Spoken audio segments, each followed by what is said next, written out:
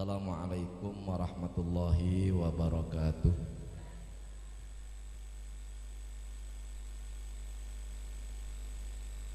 Alhamdulillahil qail fi ba'di ayati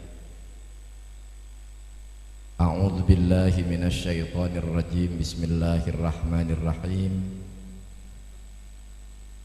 Walladzina amanu wa 'amilus solihati wa amanu bima nuzzila ala Muhammadin wa huwal haqqu min rabbihim kaffara anhum sayyi'atihim wa aslaha balahum.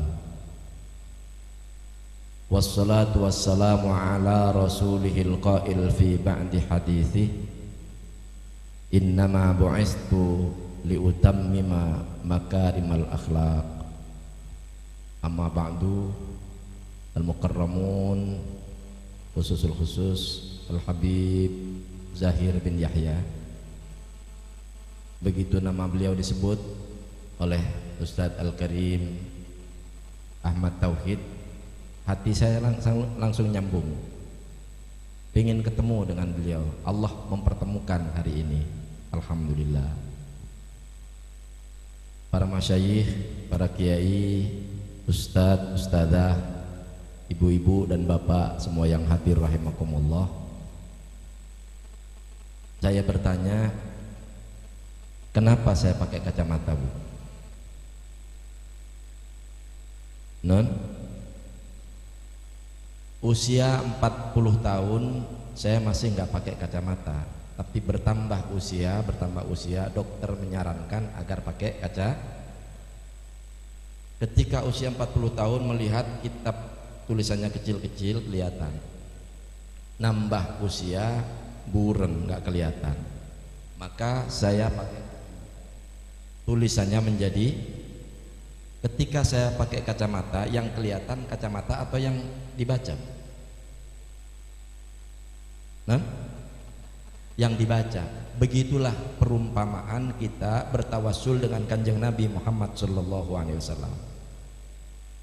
Kita ingin lebih jelas, kita ingin lebih cinta pada Allah, kita ingin lebih suka kepada Allah, kita ingin lebih taqarrub kepada Allah.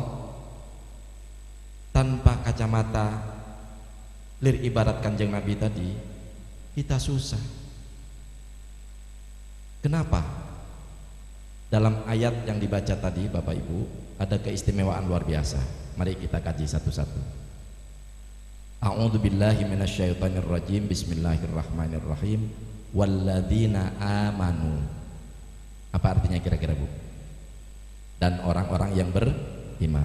Alhamdulillah kita semuanya betul. Kanjeng Nabi pernah bertanya, Bu, pada para sahabat waktu itu, Bapak, kaifa asbahtum? Bagaimana keadaan kalian pagi ini? Qalu, sahabat menjawab, mu'minina ya Rasulullah. Asbahna mu'minina ya Rasulullah. Kami pagi ini alhamdulillah menjadi orang yang beriman. Ma alamatu imanikum? Apa tanda keimanan kalian? Sebab dari gerakan itu kelihatan. Ibu-ibu menggerakkan gerakan kipas, kenapa itu? Panas. Tauhid berarti tahun depan butuh kipas ini. Iya. Tanpa bicara kelihatan dari tandanya. Maka Kanjeng Nabi bertanya, fama alamatu imanikum? Apa tanda kalian beriman kepada Allah? Qalu, mereka menjawab, nashkuru ala roho. Kami selalu bersyukur ketika mendapatkan nikmat dari Allah dengan ucapan alhamdulillah. Ibu, bapak ngasih rizki dari Allah kepada ibu berupa duit 1 juta, alhamdulillah. Seminggu berikutnya bapak ngasih belanja 500.000, alhamdulillah.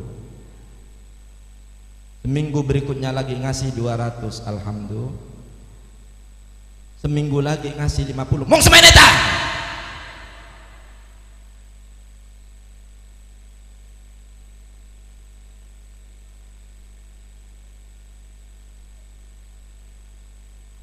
Maka yakin suaminya akan kaget ketika dibilang begitu.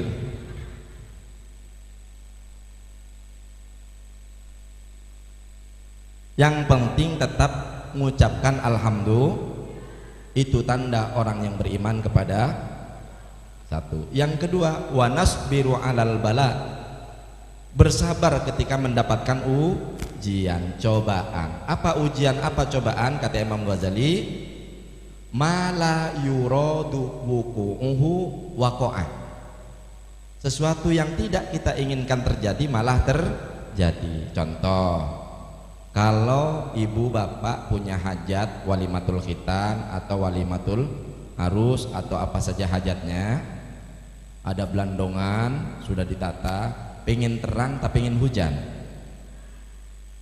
kenyataannya hujan. Nah, hatinya sabar atau gelendeng? Berarti masih diragukan imannya. Orang yang beriman diberikan ujian oleh Allah yang tidak sesuai dengan apa yang dia inginkan, dia tetap yakin itu adalah pemberian Allah Subhanahu wa ta'ala. Dua. Yang ketiga, wa nardha bil qada, kata para sahabat, kami ridho terhadap ketentuan Allah. Maka Kanjeng Nabi menjawab, antumul mu'minuna haqqan wa rabbil Ka'bah. Kalian wahai para sahabat adalah orang-orang yang beriman betul demi zat yang memiliki Ka'bah, yakni demi Allah. Paham Bu? Paham Pak? Wis bakal wis paham ngaji guliren. Sebab tujuannya ngaji paham, bakal wis paham ya wis. Maksudnya dikunci pemahamannya kalau ucapan alhamdulillah. Punten. Berikutnya, ketika ibu punya gelang emas, saking kebeke sampai angel nekuke, kalung emas bandole sampai segede kelapa, telung dina wis bongkok.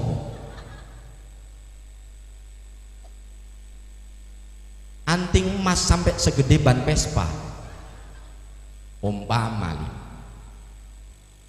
Kalau ada bapak ibu punya gelang emas, kalung emas, anting emas, ibu bapak mau bepergian jauh, ngarah aman, maka gelang emas, kalung emas, anting emas itu disimpan di dalam laci. Lacinya ada di lemari. Lemarinya dikunci tidak? Keluar. Lemari itu ada di dalam ruang kamar. Pintu kamarnya dikunci tidak? Kemudian keluar ke pintu utama rumah, rumahnya dikunci sampai 3 kunci dikunci, 3 pintu dikunci. Mengapa? Karena ada barang yang berharga. Iman itu harganya sangat amat tinggi, maka jangan sampai dielerkan iman itu. Bisa jadi kena erosi, bisa jadi sampai mati, su'ul khotimah. Allahumma na'udzubillahi min. Apa ada orang yang beriman tadinya kemudian mati dalam keadaan tidak beriman? Al-Quran surat Al-A'raf ayat 175 diperintahkan oleh Allah pada Kanjeng Nabi agar ayat itu dibacakan kepada kita sebagai umatnya. A'udzu billahi minasyaitonir rajim. Bismillahirrahmanirrahim. Watslu alaihim naba'alladzi atainahu ayatina fansalakha minha fa'atba'ahu syaitanu fakana minal ghawin. Watslu alaihim, bacakan oleh Muhammad, kata Allah Subhanahu wa ta'ala, alaihim kepada umatmu. Punapa Gusti kang kula wawas punapa? Naba itu berita penting. Makanya yang menerima berita itu namanya nabi. Naba itu berita penting. Biasanya berita penting kalau di surat kabar ditaruh di mana? Di paling depan ya. Bacakan olehmu Muhammad kepada umatmu berita penting. Berita penting punapa Gusti? Alladzi atainahu ayatina, orang yang sudah aku berikan ayat-ayatku, kata Allah. Siapa dia? Dalam kitab-kitab tafsir disebut namanya Bal'am. bin Ba'uro. Insyaallah Habib Azhar bin Yahya Habib Zahir bin Yahya sering menelaah kisah ini. Muridnya kalau kumpul dia ngaji, yang datang tuh tidak kurang dari 12.000. Idza rafa'a yadahu fid du'a, apabila dia mengangkat tangannya ketika berdoa, ihtazzal arsy, goncang arsy. Malaikat pada heran, ada apa ini? Oh, ada Bal'am sedang mau berdoa mengangkat tangan. Ihtazzal arsy, goncang arsy. Tapi ternyata dia kurang perhatian terhadap istrinya. Istrinya dandan tidak pernah dipuji, istrinya nyolek nggak pernah diperhatikan. Akhirnya istrinya nggak yang mau dandan. Makanya saya diajarin oleh guru, kalau istrimu sedang dandan pun perhatikan, begitu selesai sebutlah dengan nama yang mengenakkan telinga dia. Begitu dia dandan mau keluar ke sekolah, mau dandan ke masjid, saya bilang, wahai mawarku. Waduh, seorang istri habis dandan dibilang wahai mawarku, kupingnya celengap-celengap, lobang hidungnya celengap-celengap, korongnya mabur kabeh. Masya Allah. Bal'am tidak perhatian pada istrinya, padahal Kanjeng Nabi mencontohkan bagaimana beliau memperlakukan istrinya luar biasa. Si Bal'am tidak perhatian pada istrinya.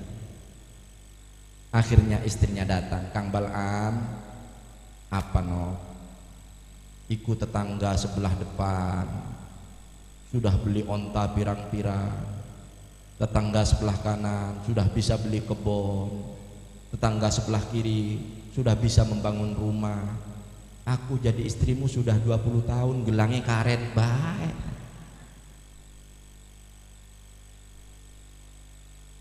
Jadi pengen ganti Tanop? Iya. Saya tidak terpikir tentang itu, no. Oh mas, kalau nggak terpikir, sudahlah, nggak usah memikirkan tentang ini. Kemarin ada utusan Raja Fir'aun, keluarga Fir'aun kepada saya, mau ngasih gelang emas, mau ngasih kalung emas, mau ngasih anting emas, mau ngasih gelang kaki emas, bahkan kalau perlu memberikan kepadaku juga sabuk emas RCTI.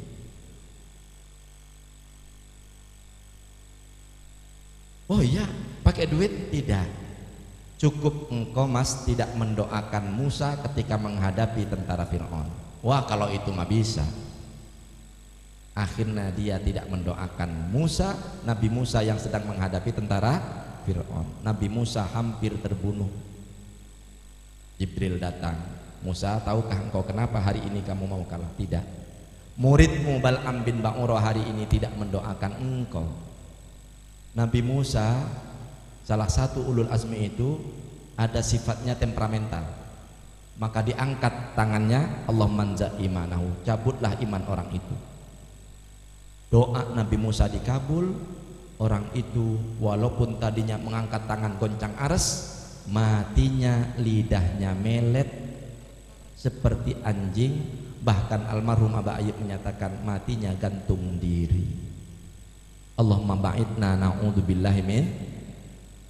Maka itu iman yang ada pada kita yang sudah diterangkan oleh Ustaz Al-Karim Ahmad Tauhid tadi, kita pelihara iman kita. Bagaimana memeliharanya? Satu antara lain, kita pupuk cinta kita pada Kanjeng Nabi Muhammad sallallahu alaihi wasallam. Bapak Ibu, di dalam Al-Qur'an nama Kanjeng Nabi itu disebut Muhammad 4 kali, Ahmad 1 kali. Antara lain pada ayat yang saya bacakan tadi, walladzina amanu, orang yang beriman, wa amilus sholihat, orang yang beramal soleh. Apa amal soleh itu? Amal soleh itu amal yang dilakukan oleh orang yang beriman, ikhlas karena Allah. Ibu datang ke tempat ini ikhlas, insya Allah.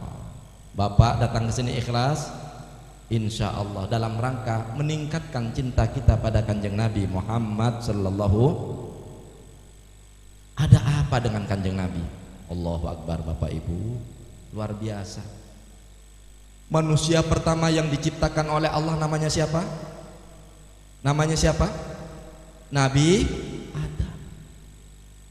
Begitu diberikan fasilitas hidup di surga, bangun dari tidurnya, di sebelah kirinya ada seorang wanita cantik,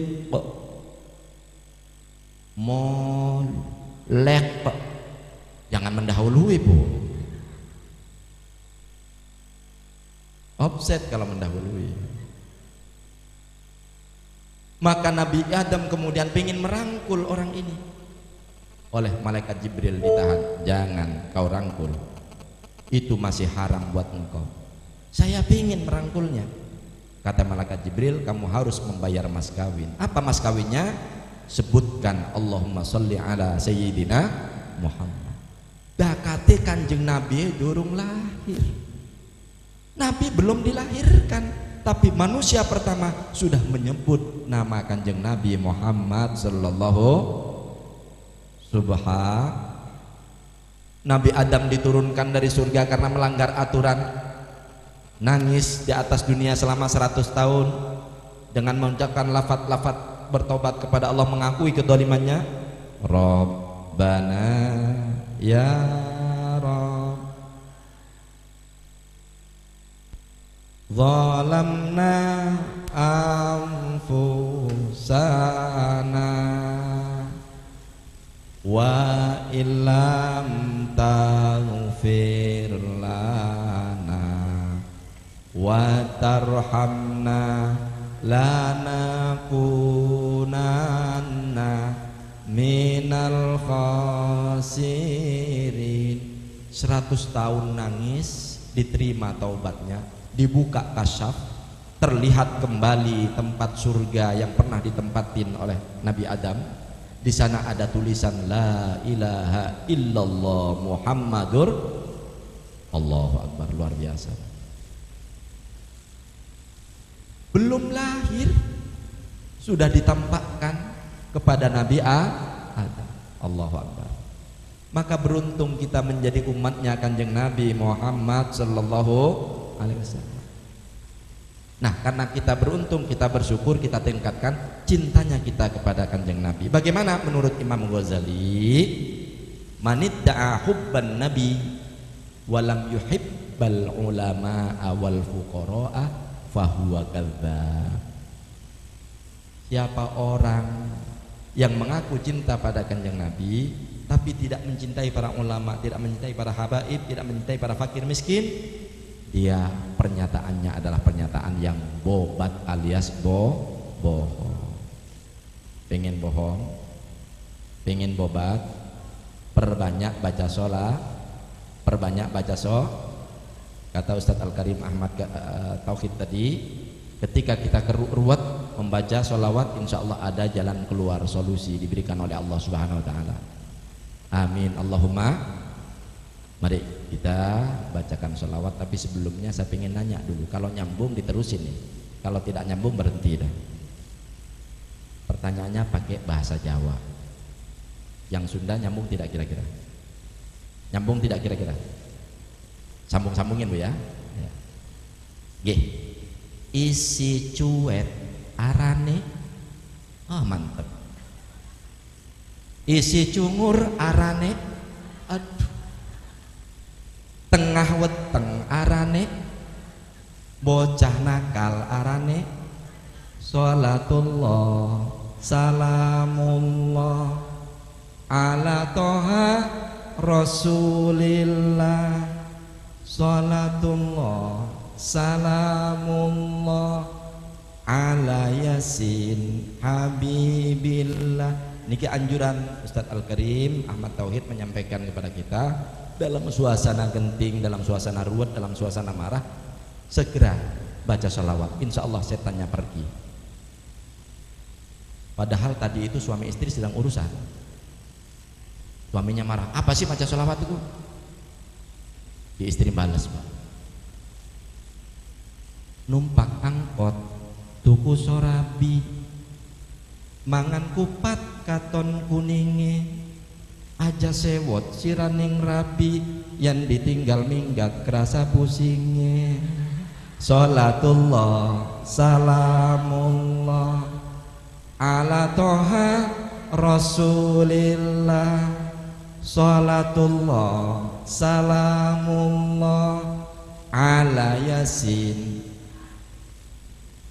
Suaminya pun hilang sewotnya, dia balas pada ibunya, pada istrinya, walang sawah during nangka, tuku klopoting jagung, mboki bocah aja salah sangka, isun nyewot pengen dicium. Salatullah salamullah ala toha rasulillah. Salatullah salamullah ala yasin habibillah. Alhamdulillah sewote wis ilang, laki nih sewote ilang, istrinya bilang lagi, kembang encung warnai biru, kelapa genja warnai kuning, lamun iya kang kula setuju, mumpung langka bocah gagian manjing. Salatullah salamullah ala toha rasulillah. Salatullah salamullah ala yasin. Alhamdulillah, berarti beli ngantuk sebab ditakoni nyambung. Gimana? Oh, Bapak Ibu kembali pada ayat tadi, walladzina amanu wa amilus sholihat. Itu dalam Al-Quran disandingkan selalu, iman dan amal soleh selalu digandeng. Insya Allah Habib Zahir sering nyampaikan, kenapa iman itu harus digandeng dengan amal soleh? Sebab iman itu lir ibarat pohon, amal soleh lir ibarat pupuk dan siraman. Pohon itu kalau tidak disiram, tidak dikasih pupuk, lama-lama layu dulu Bu, masa langsung mati ya? Layu tulima mati. Nah, kita nggak mau iman kita mati. Iman kita pengen terbawa sampai ketika kita menghadap Allah Subhanahu wa ta'ala. Pengen syaratnya menurut Kanjeng Nabi sangat amat mudah. Di dalam kitab Ihya Ulumuddin itu ada diterangkan pada jilid 4 halaman 509, sifatus syafa'ah. Sifat syafaat yang Allah berikan itu ternyata bersyarat. Syaratnya 3, saya sampaikan 1 saja, nanti giliran Habib yang menyampaikan berikutnya. Syaratnya 1 saja yang disebutkan oleh Imam Ghazali, la tahkir adamiyan aslan. Jangan menghinakan manusia, siapapun manusianya. Kelihatan rambutnya berwarna-warni, jangan disengiti Bu. Doakan, mudah-mudahan dia sadar. Kenapa? Sebab setiap orang itu ada plusnya, ada minusnya. Betul? Betul? Ibu di daerah Wanasaba Lor ini atau di daerah ibu masing-masing, juga di daerah bapak, ayam itu biasanya mengeluarkan telur dari bujurnya warnanya apa? Putih. Kalau yang keluar warna coklat hitam biek namanya toilet ya. Yang diambil oleh ibu yang mana? Yang telur atau yang coklat tadi? Kenapa telur yang diambil? Karena telur digoreng enak, digodok, diceplok. Tapi jangan salah Pak Bu, di daerahnya Ustadz Al-Karim Ahmad Tauhid ini di Cangkring, saya pernah nanya pada mereka itu, ketika pohon-pohon di samping rumah kita sedang layu, kurang nutrisi, kurang pupuk, mupuknya pakai telur atau pakai tembelek?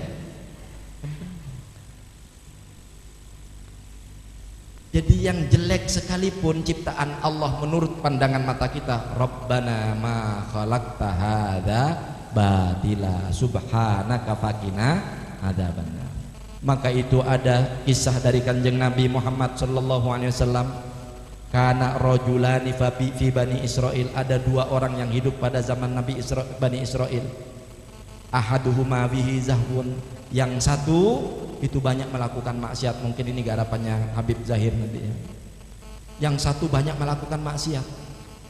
Ketika dia usia 30 tahun masih banyak melakukan maksiat. Tetangganya karena abid dan orang ahli ibadah. Yang melakukan maksiat ini datang kepada tetangganya minta dibimbing, dia ingin tobat kepada Allah, tapi kata yang ahli ibadah, Allah tidak akan menerima tobatmu, Allah tidak akan memasukkan engkau ke dalam surga. Nangis dia. Pergi lagi ke kota, melakukan banyak kemaksiatan lagi.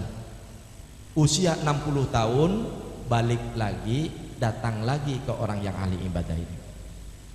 Kang, tolonglah bimbing saya ingin bertaubat. Dia bilang, Allah tidak akan menerima tobatmu, Allah tidak akan memasukkan kau ke dalam surga. Saat mengucapkan demikian, Allah memerintahkan malaikat Israel, dua orang ini dicabut nyawanya.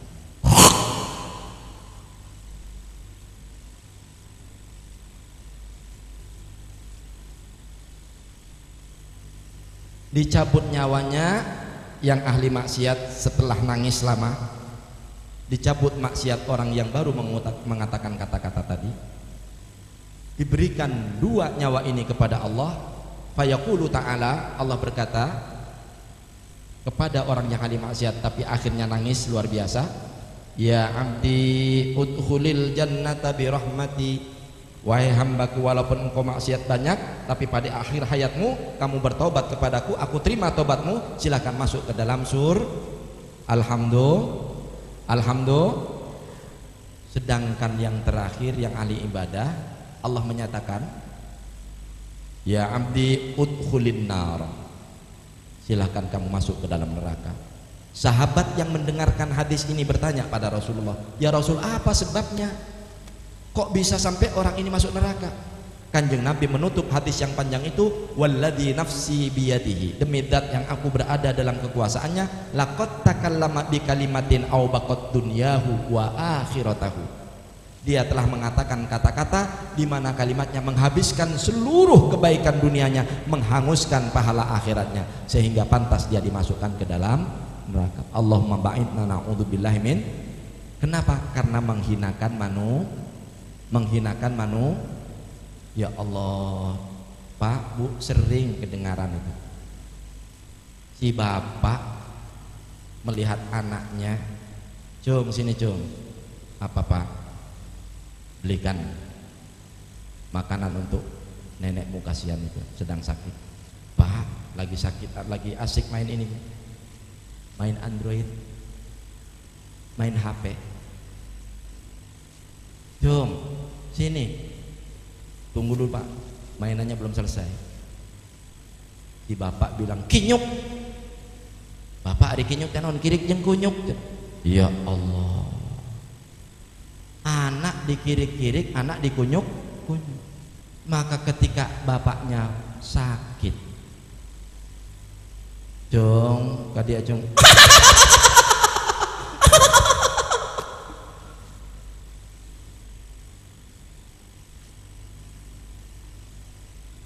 Kenapa? Itu ucapan dari orang tua untuk anak dikabul. Maka bapak, ibu, jangan sampai mengatakan kata-kata yang tidak baik kepada anak, walaupun anak nampaknya kelakuannya kurang baik. Contohlah seorang ibu yang ada di Mekah, ketika anaknya 11 tahun ada tamu, ibunya sudah menyiapkan makanan, dia ngambil pasir, dia awor-awor kepada makanan itu. Ibunya ngangkat tangan, "Ya Allah, jadikan anakku ini imam Masjidil Haram." Dikabul doa ibunya, menjadi imam Masjidil Haram andalan. Imam Sudais itu waktu kecilnya nakal. Subhan walhamdulillah wala ilaha il wallahu. Atau kalau nggak bisa mengatakan yang bagus, kita sedang dalam keadaan panik, kesel pada anak, segera baca segera baca segera baca sallu ala nabi Muhammad, sallu ala nabi Muhammad. Apa lagunya terserah ibu, senangnya apa? Anak muda senangnya lagu yang bagian sekarang itu. Salatullah salamullah ala toha rasulillah, salatullah salamullah ala yasin, tawassalna bi bismillah wa bil hadi wa kulli mujahidin lillah bi ahlil bad. Dapat pahala tidak? Dapat pahala tidak? Gendong anak, anaknya sakit, iwa peye, dapat pahala tidak?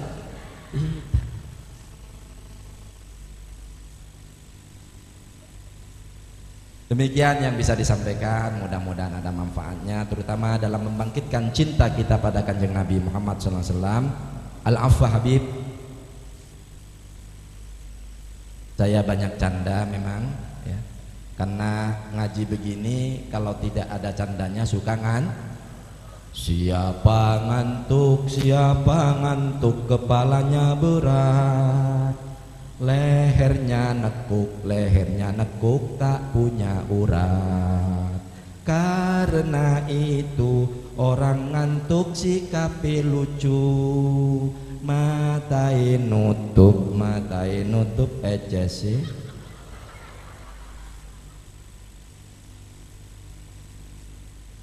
Wal nafa minkum, wassalamualaikum warahmatullahi wabarakatuh.